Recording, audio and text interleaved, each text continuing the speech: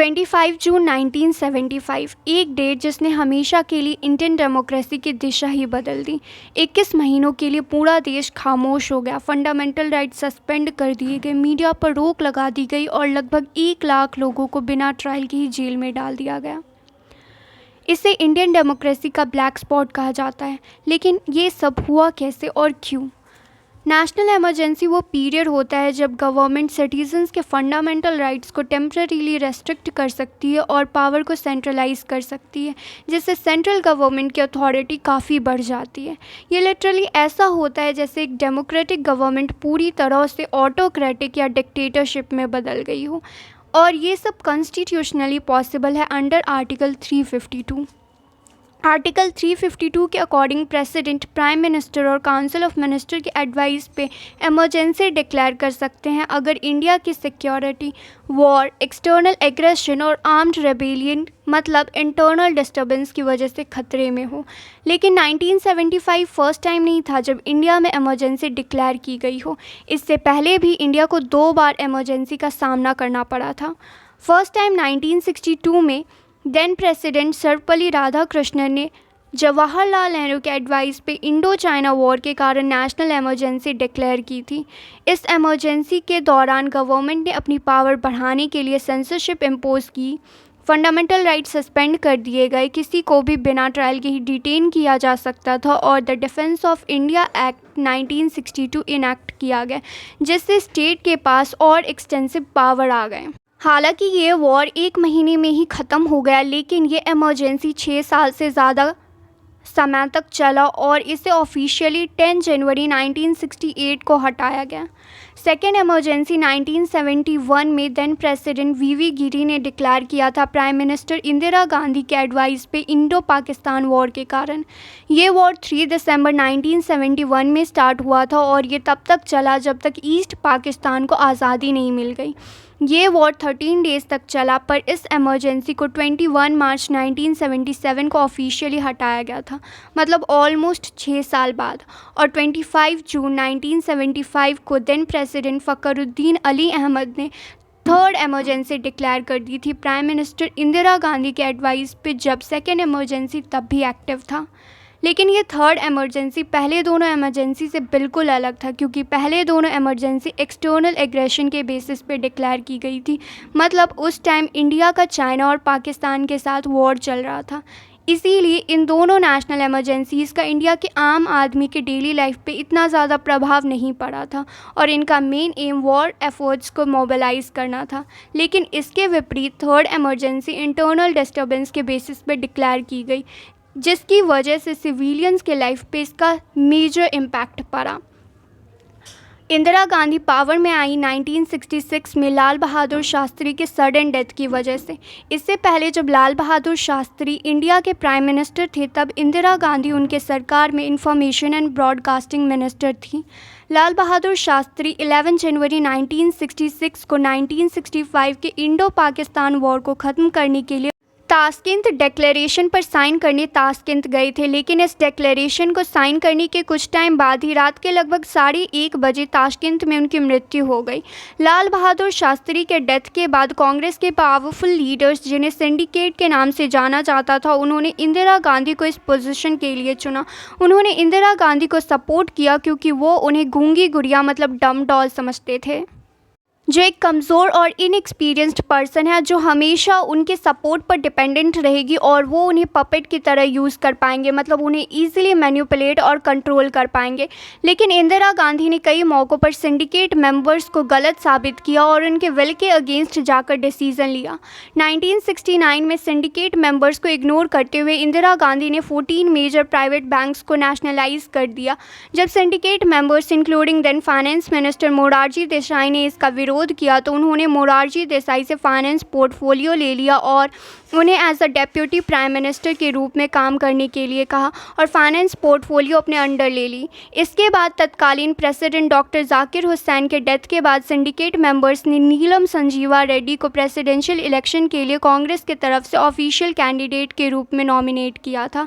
लेकिन इसके अगेंस्ट जाकर इंदिरा गांधी ने तत्कालीन वाइस प्रेसिडेंट वीवी गिरी को as an independent candidate presidential election में लड़ने के लिए इनकरेज किया और कांग्रेस मेंबर्स को अपने कंसाइंस के अकॉर्डिंग वोट करने के लिए कहा, जिसका सीधा मतलब था पार्टी के ऑफिशियल नॉमिनी के अगेंस्ट जाकर वोट करने के लिए कहा। As a result V V Giri election जीत जाते हैं और सिंडिकेट मेंबर्स को बहुत बड़ा झटका लगता है।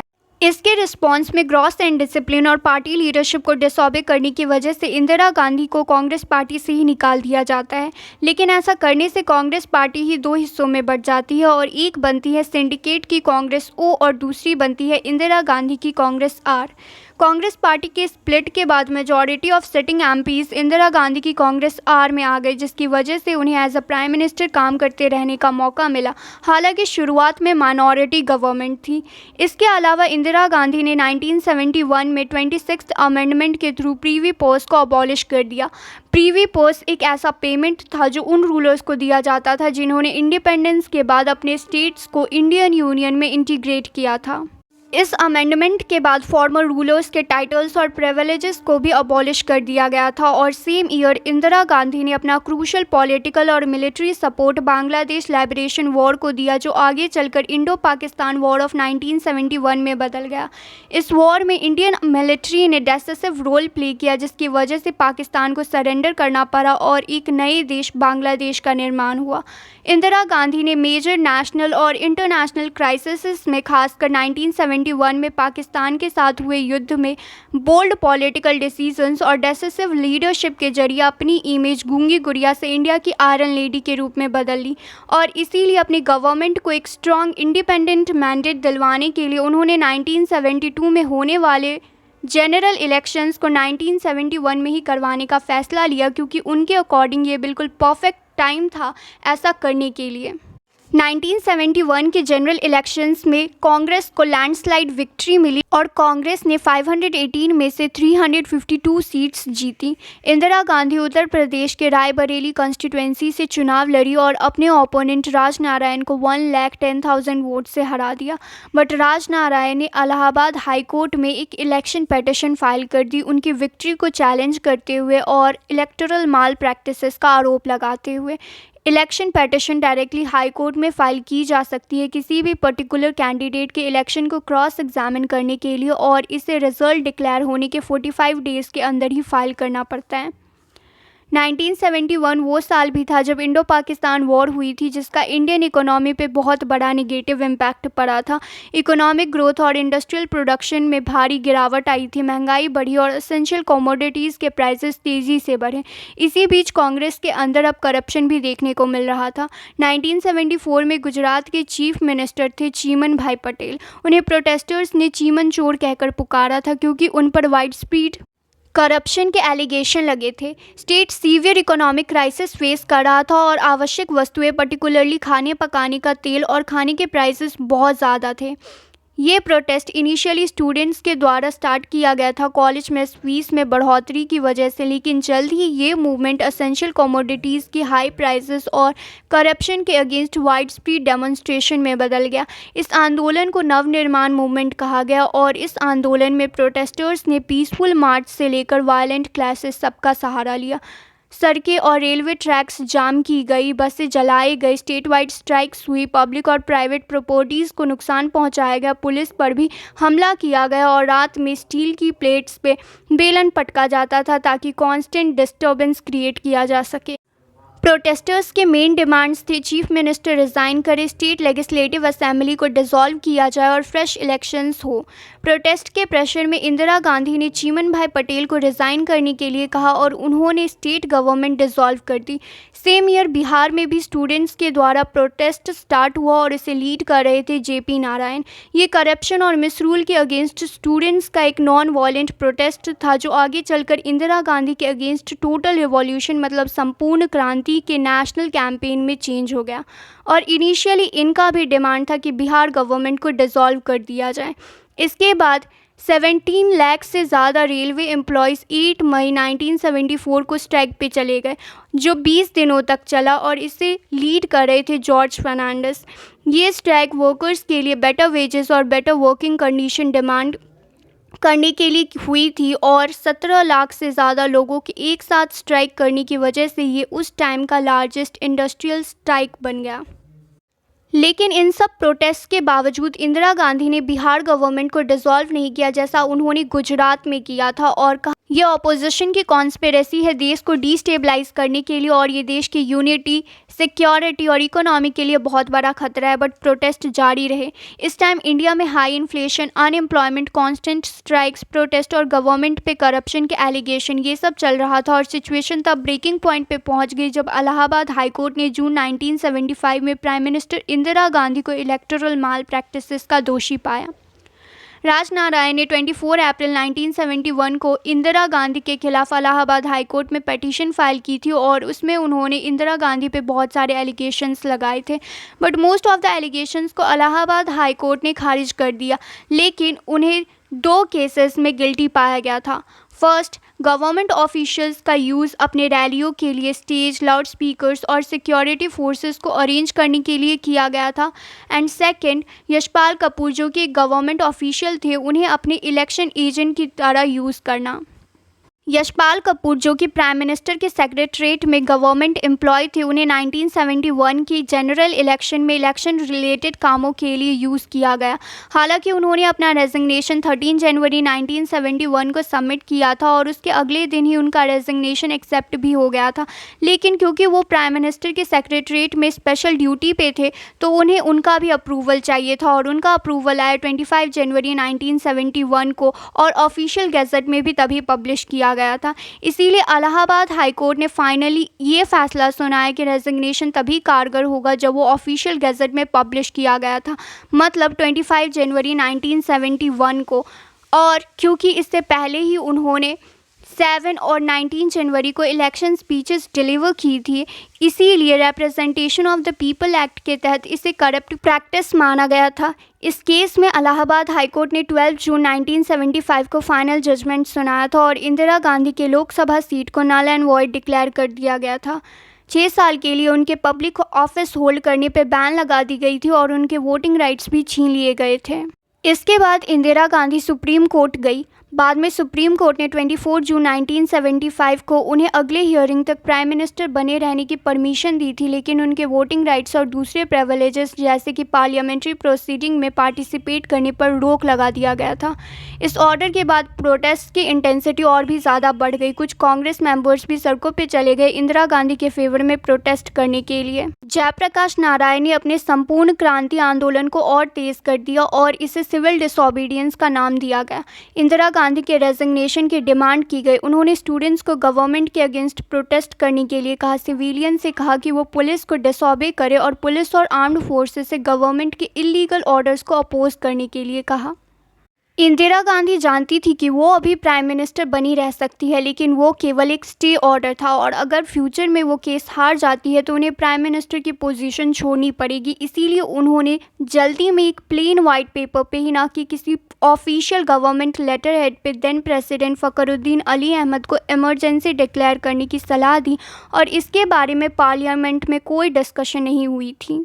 डिस्कशन तो छोड़िए, most of the cabinet ministers को इन्फॉर्म भी नहीं किया गया था।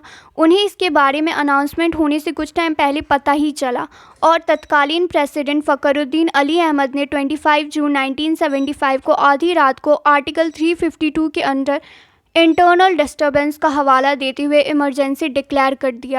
फखरुद्दीन अली अहमद को भी इसके लिए हैवीली क्रिटिसाइज़ किया जाता है कि कैसे उन्होंने बिना कैबिनेट मिनिस्टर्स को कंसल्ट किए, बिना कोई सवाल किए, सिर्फ इंदिरा गांधी के कहने पे इमरजेंसी डिक्लेयर कर दी और उन्होंने प्रेसिडेंशियल डिस्क्रिशन का यूज़ क्यों नहीं किया।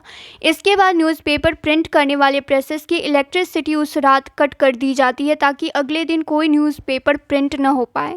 प्री सेंसरशिप इम्पोज किया गया, जर्नलिस्ट को भी अरेस्ट किया गया, अखबारों का मुंह बंद कर दिया गया, क्रिटिकल रिपोर्टिंग को दबा दिया गया और कई न्यूज़पेपर्स को फाइनेंशियल बर्डन झेलना पड़ा क्योंकि गवर्नमेंट अलग अलग न्यूज़ आउटलेट्स को फ्रेंडली, न्यूट्रल और हॉस्टाइल में उनके एडिटोरियल स्टांस और गवर्नमेंट के कवरेज के बेसिस पे क्लासीफाई कर दी थी।